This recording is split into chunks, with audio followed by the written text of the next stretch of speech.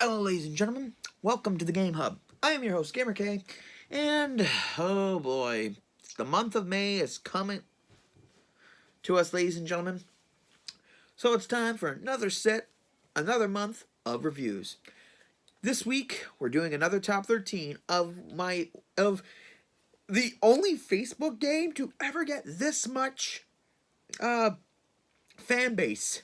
Criminal Case, the not point and click, but find items in the picture, discover the evidence, analyze it, and find the killer. And in 4 months, it will be ending 7 seasons, and then it will be going to season 8. So, yeah, I admit, for a Facebook game, that's a big accomplishment. If this game was a TV series, I would watch it. The game does feel like a TV series, but enough about the backtrack. It's time for my top 13 criminal cases of season 2. And after each season is completed, we go to a different city. We have different team members, different lab techs, new characters, and in some seasons, some previous characters go into these new areas. In season 2, we hit to the Pacific Bay Police Department and solve all the crazy, sinister, and just downright somewhat bizarre cases that this game has ever had. So let's start it. So, and also, why top 13? Because here in the Game Hub, only the odd can be number 1. Starting off with number 13, Programmed to Kill. This is the... Oh, by the way, I just wanted to point out, every single case in... Oh, wait, no. Pacific Bay had 5 cases, then the number of cases was not evenly distributed throughout every single area. So, Programmed to Kill was the final case in Innovation Valley, which is the third last area of the season. In it, a programmer who was a suspect in the previous case is murdered, and he looks like he was taken apart, and his eyes are glowing red. And he was killed by the nanobots. That they pretty much went into his system and kind of screwed him up. And the murderer was the robot Aphrodite, which was only in the previous case. She was sick and tired of humans treating robots like servants, and after the first case of Innovation Valley, when we had to deactivate Persephone, a robot who killed her creator by accident by force-feeding him money, I'm starting to realize 2 Greek names in these robots, which I like. Aphrodite decided to take control of the nanobots to make them invade the human body and pretty much make us their servants. Kind of a Vicky vibe from iRobot, but it was an okay one. Honestly, one I kind of saw coming a mile away, so that's why it's low on the list. Coming in at number 12, No Honor Among Thieves, which is the second last case in Paradise City, which is basically a Las Vegas. Throughout the area, we were trying to find and foil the big heist, a big bank robbery going on at a casino, which was brilliant, and the victim, Louis DeRico, I think. It's been a couple years since I've watched season 2. So Louis DeRico was building a squad in order to break into the vault, and turns out he was killed during the bank robbery via his mask had poison in it. Card counter Danny Moto was the killer, mostly because he got tired of doing all the grunt work and getting a less of a cut. So before Louis could screw him over, he kills him. It would be the end of it until we figure it out that Louis wasn't just breaking into the casino to get the money. He was doing it for another reason entirely. He had to get some radioactive material, which Danny figured out and wanted to know. And turns out there's a 6th man, someone we know very close, but I'll get to that one later on the list. This one was lower because, again, I kind of saw it coming a mile away, but the big plot twist was enough to throw me for a loop, but not enough as much as these other cases did. Coming in number 11, Heartless. The first case of Inner City, the third area in the game, where it's kind of a melting pot area of all the different ethnics and cultures. And we start off with a dead young Chinese woman hanging from a banner in the city streets with her heart cut out. Oh, God. Turns out throughout the case, we found out that she fell in love with a young Russian man, and they inevitably got married. It was her new sister-in-law that killed her because she didn't want mixed blood in her family. She wanted them to be pure Russian, and she tried to pin the blame on the Chinese. Also, her missing heart will become a big story throughout the Inner City story. That's what I love about the game. Every single location has a smaller sub-story, which will inevitably kind of focus more throughout the area, and then later on the entire season, depending on if it all connects. That's what I love about this. Coming in number 10, Killing Time.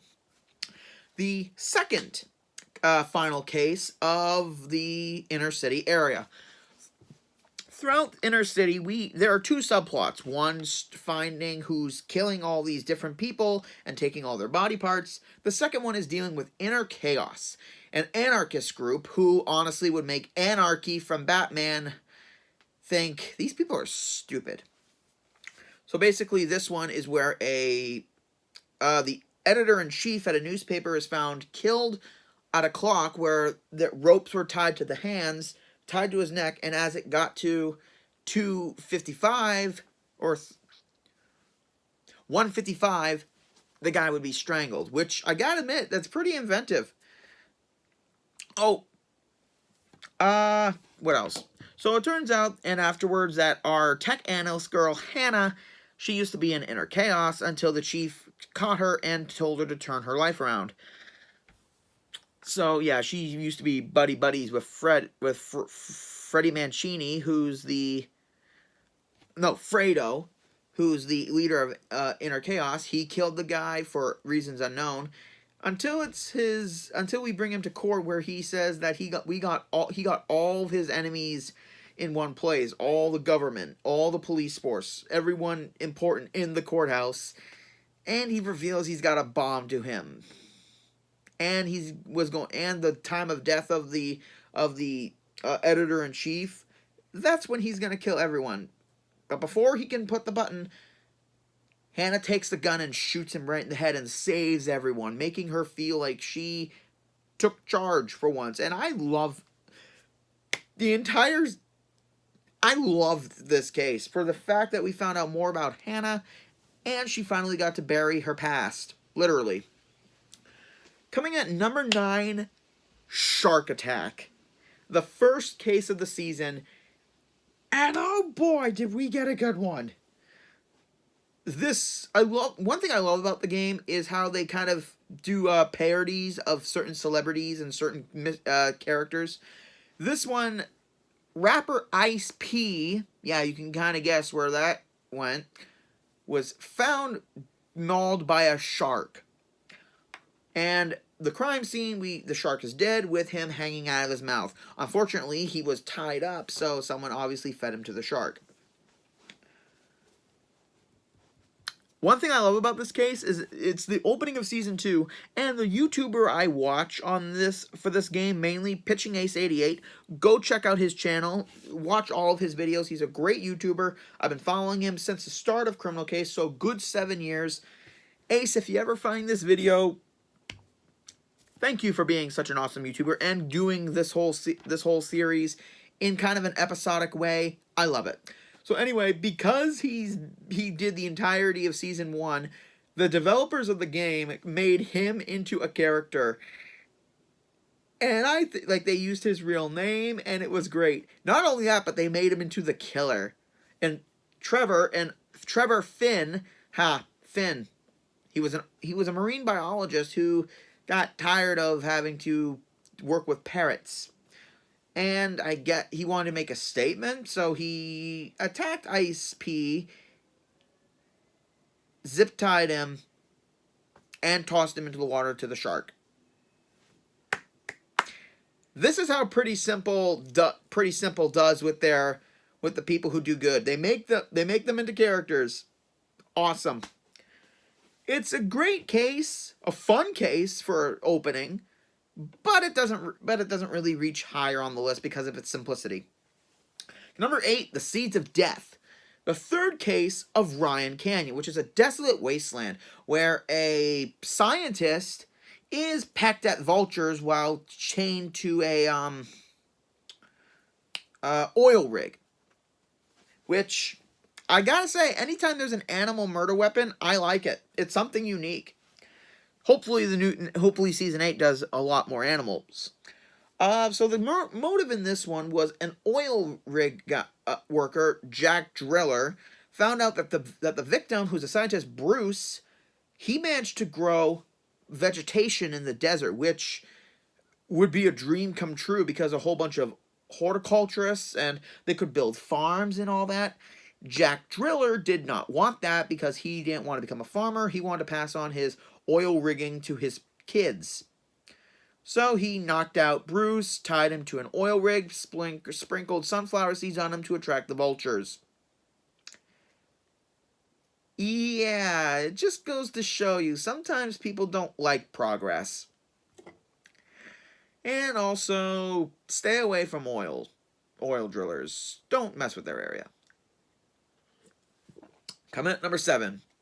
This one is creepy, but I love it. Of Rats and Men.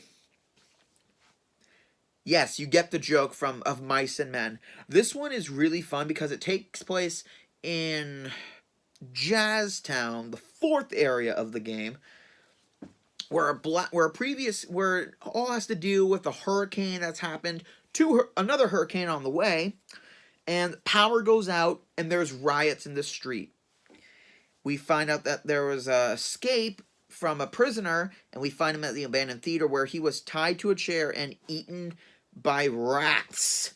Okay, just the thought of that. I mean, it's really creepy. But I gotta say, this is the 3rd case I'm talking about where the murder weapon was rats. Animal murder weapons, if the case is cool, then they get on the list. And not only that, during the case, our partner Amy gets attacked by said murderer, and that really isn't fun. Turns out that ex-convict, I can't remember his name, but he's a parody of Trevor Phillips from Grand Theft Auto because he had the cut here tattoo. So kudos to that. Turns out that this guy was a cellmate with the victim, and he had a treasure that he buried before he went away, so he escaped so he could claim it with the killer's help.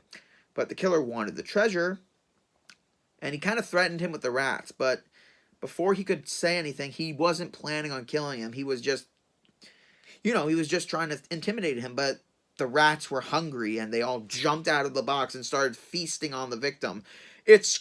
Oh, by the way, I should have mentioned this at the beginning. This video should not be viewed for kids. It should be viewed for teenagers who watch crime shows, because, yeah, there's some very explicit... Okay, I'm not really showing anything, so it's not that bad. Unless you watch crime shows, then if you don't listen. So it was one of those cases that really... It kind of filled in the plot before the end of the area, which I love. I love cases where they fill in a section where we have a big story, but it takes a load off of it. If it's done good, I love it. Coming in number 6, The Sting of Death, the second final case of the season. So yeah, in these kinds of videos, I have to go a little bit into the story of what's going on so far. But there's another case that will do that for me. So this one, we try to find our partner Frank, who's on the run with his wife. I'll get to it when I get to it. So we go to the waste, which is a desolate area, and it's very radioactive. We get captured by his wife, ex-wife, and we're locked in a bunker, and then we leave the bunker, and it turns out that the ex-wife was killed by scorpions. Yeah, Not fun. 4 cases that are now animal murder weapons. And scorpions, I love scorpions. Anyway, for this one, the murderer was Season 1 villain Alden Green, who was a member of the Crimson Order and somehow managed to get out of permanent solitary confinement. And he started working for this AI of this guy, Albert Tesla, which you can all guess is a parody of Nikola Tesla, who's a psychopath who downloaded his consciousness, and he's planning to destroy the entirety of Pacific Bay in order to download everyone into his virtual world so he can rule as God. This is a crime series, isn't it? Anyway, Alden was told to get rid of Karen because she was a liability, but before we could get more, Frank comes in and shoots Alden in the head. Thank you, Frank! It's a good case it's a good second final case. It does its job of tying up some loose ends. Coming at number 5, Under the Skin. Final case of Inner City. So as I was talking, there's been a big conflict between the Russian and the Chinese communities. And throughout each case in Inner City, each of the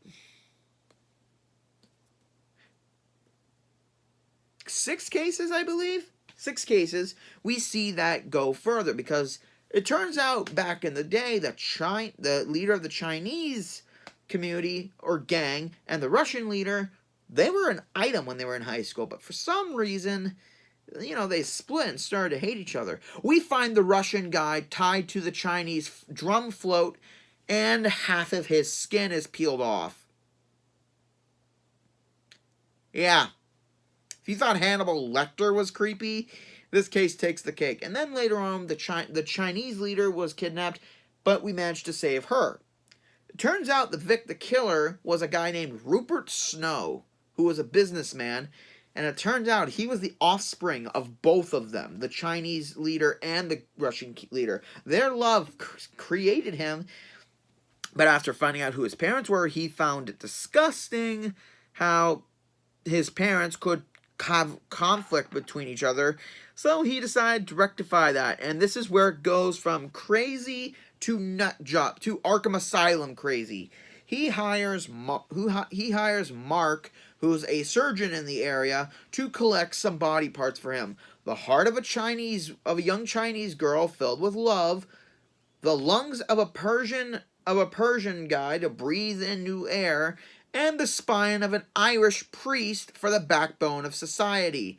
And he was going to skin half of his mother and have all those body parts transplanted onto him so he could become the perfect citizen. To emulsify what all the cultures could do if they band together. Yeah, this guy is Nutsburger Crazy Town. I gotta admit, I do love it when they create a crazy story for an area. But this one definitely took the cake very early on. And only being the 3rd area, and after we just dealt with a drug dealer and a serial killer voodoo priestess, my God, it's awesome. It was awesome. Definitely deserves to be in the top 5. Coming at number 4, The End of the Night. The final case of White Peaks, which is our partner Amy's hometown or home area. It's kind of snowy, it's mountain range, forest, where throughout the area we've been dealing with the myth of the Night Walker, which is this mythical urban legend where this army soldier who was injured in war and looked deformed, people like society shunned him. And a local paranormal expert was found murdered with icicles in his chest. And it's really creepy. And when our profiler turns out to be a suspect, yeah, he gives us a big clue that whoever the killer is, they're gonna try to manipulate us or try to strike a bargain. And then we find the Night Walker's lair. Oh, and I've never been this creeped out. It's in an ice cave, and there are 3 young women frozen in ice. And it turns out, as we investigate throughout the area, there have been a lot of missing women in the White Peaks area for a good number of years. And I think some people who played the game called it, and I kind of called it a little bit because he wasn't in the suspect. But it's our partner's older brother,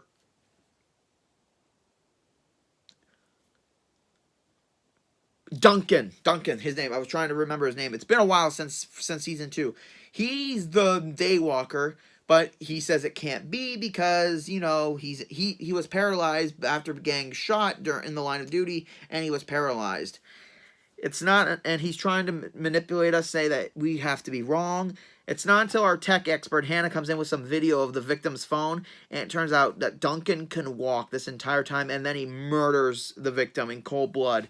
No pun intended. And it turns out that Duncan felt like he was being shunned because of him being in a wheelchair, so he taught himself how to walk throughout the years and kept it a secret. And he killed all those women to represent the youth that he lost because of his injury. Oh my lord, this was a psycho of a case, an even crazier area, but I love it. I love it when it's this dark and creepy. It's just beautiful. It's just a beautiful case with a good twist, and it kind of helps to build on characters. It kind of builds up the characters a little bit more, the struggles they go through and all that. That's why it's near the top. But now it's time for my top 3. And oh boy, these 3 I'm so excited for. Number 3, A Killer Among Us. The final of Paradise City, where Danny Moto, like I said, the guy who killed Louis DeRoe, Rico, I keep forgetting his name. Depends, I can't remember suspects' names very well.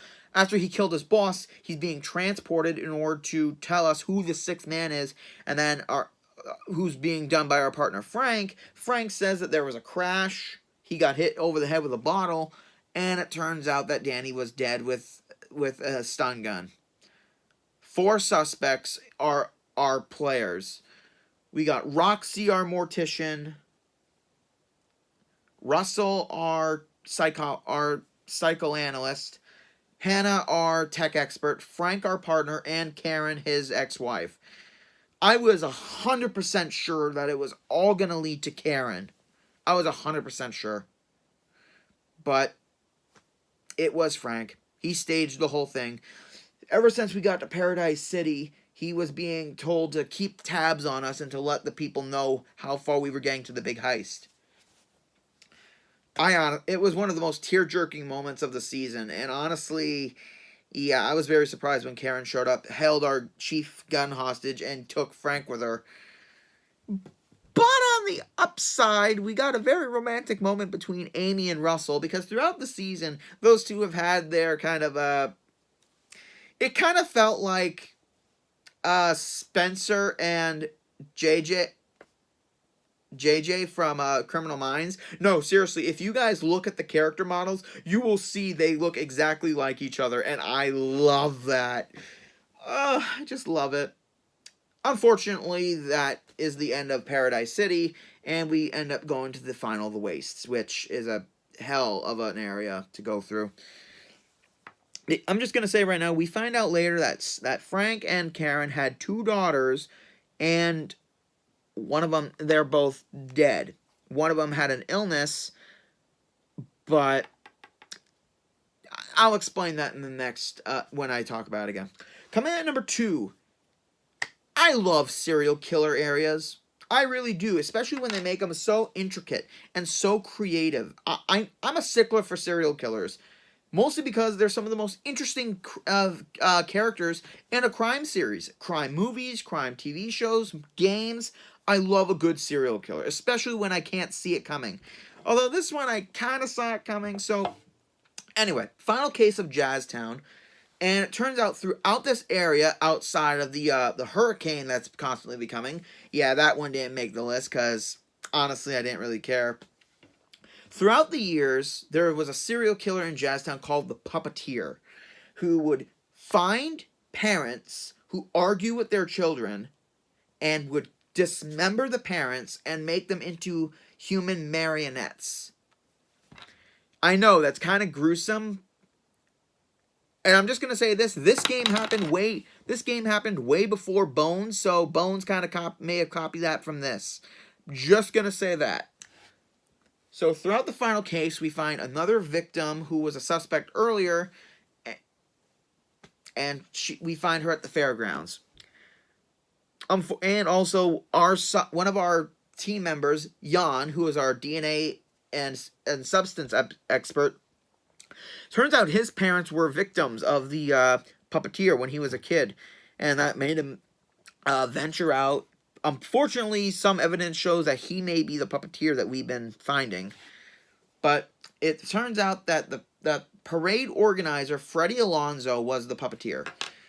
Russell joins us for the final chapter of the investigation, and that's where we get a really good confession, where after you hit the arrest the character, there's some dialogue, and what Russell does to get Freddy to confess is beautifully done. If this was a TV series, it would be an amazing scene. As he's commenting that he can't be the puppeteer, because the puppeteer is a man-child who only cares about himself and doesn't care about the harm he's putting on the kids. That makes Freddy furious, and he confesses that he's liberated the kids. Because Freddy's parents were the first of the puppeteers. He killed them when he was a teenager.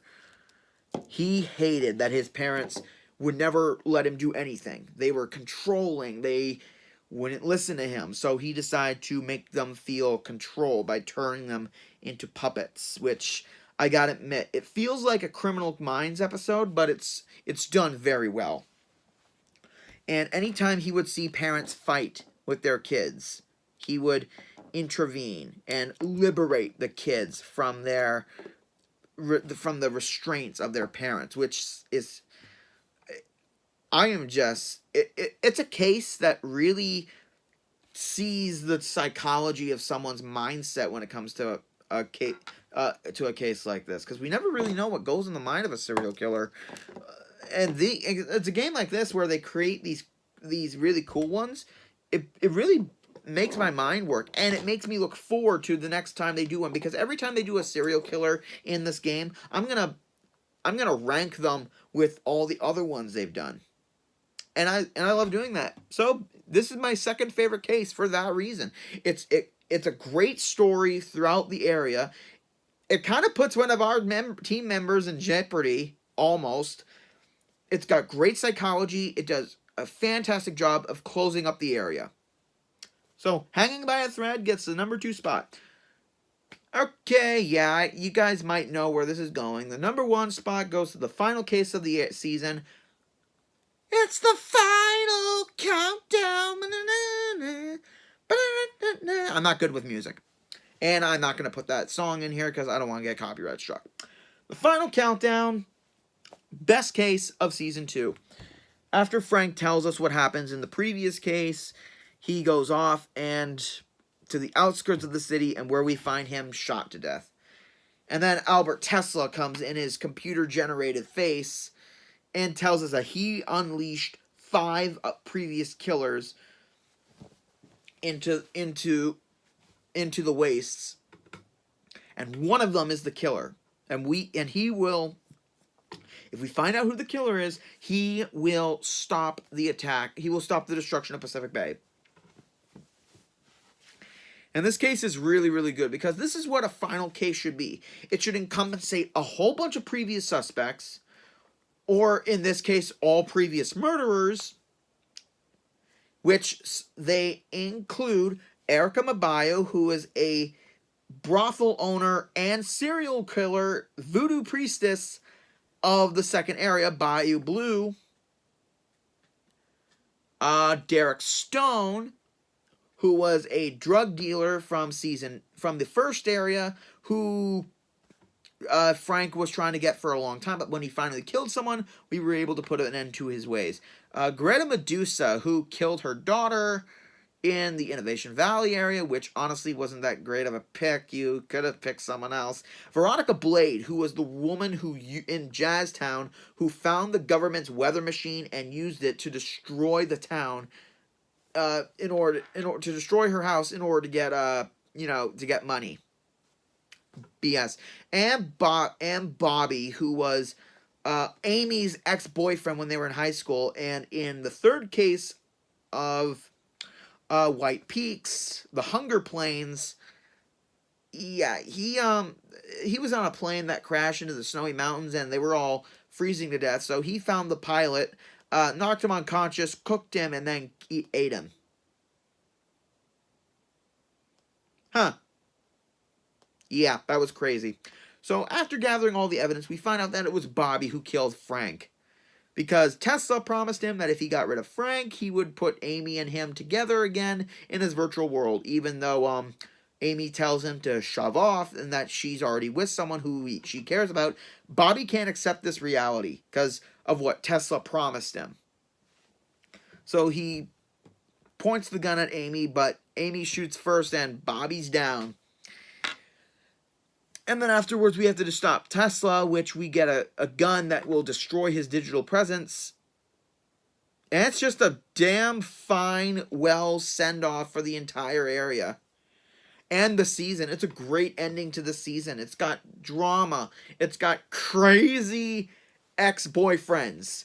It's got a final farewell from our friend in the digital world. And it's just a case that it's a great send-off and a great start for the next season.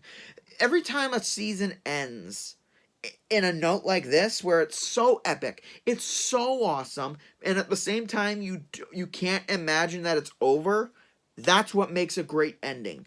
And that's why this case is my number one for Season 2. Well, ladies and gentlemen, that's the list. Hope you enjoyed my criminal case list. Like, comment, subscribe down below. And join me next week where we do another Funko figure where the darkness is always negative. This is Gamer K, logging out.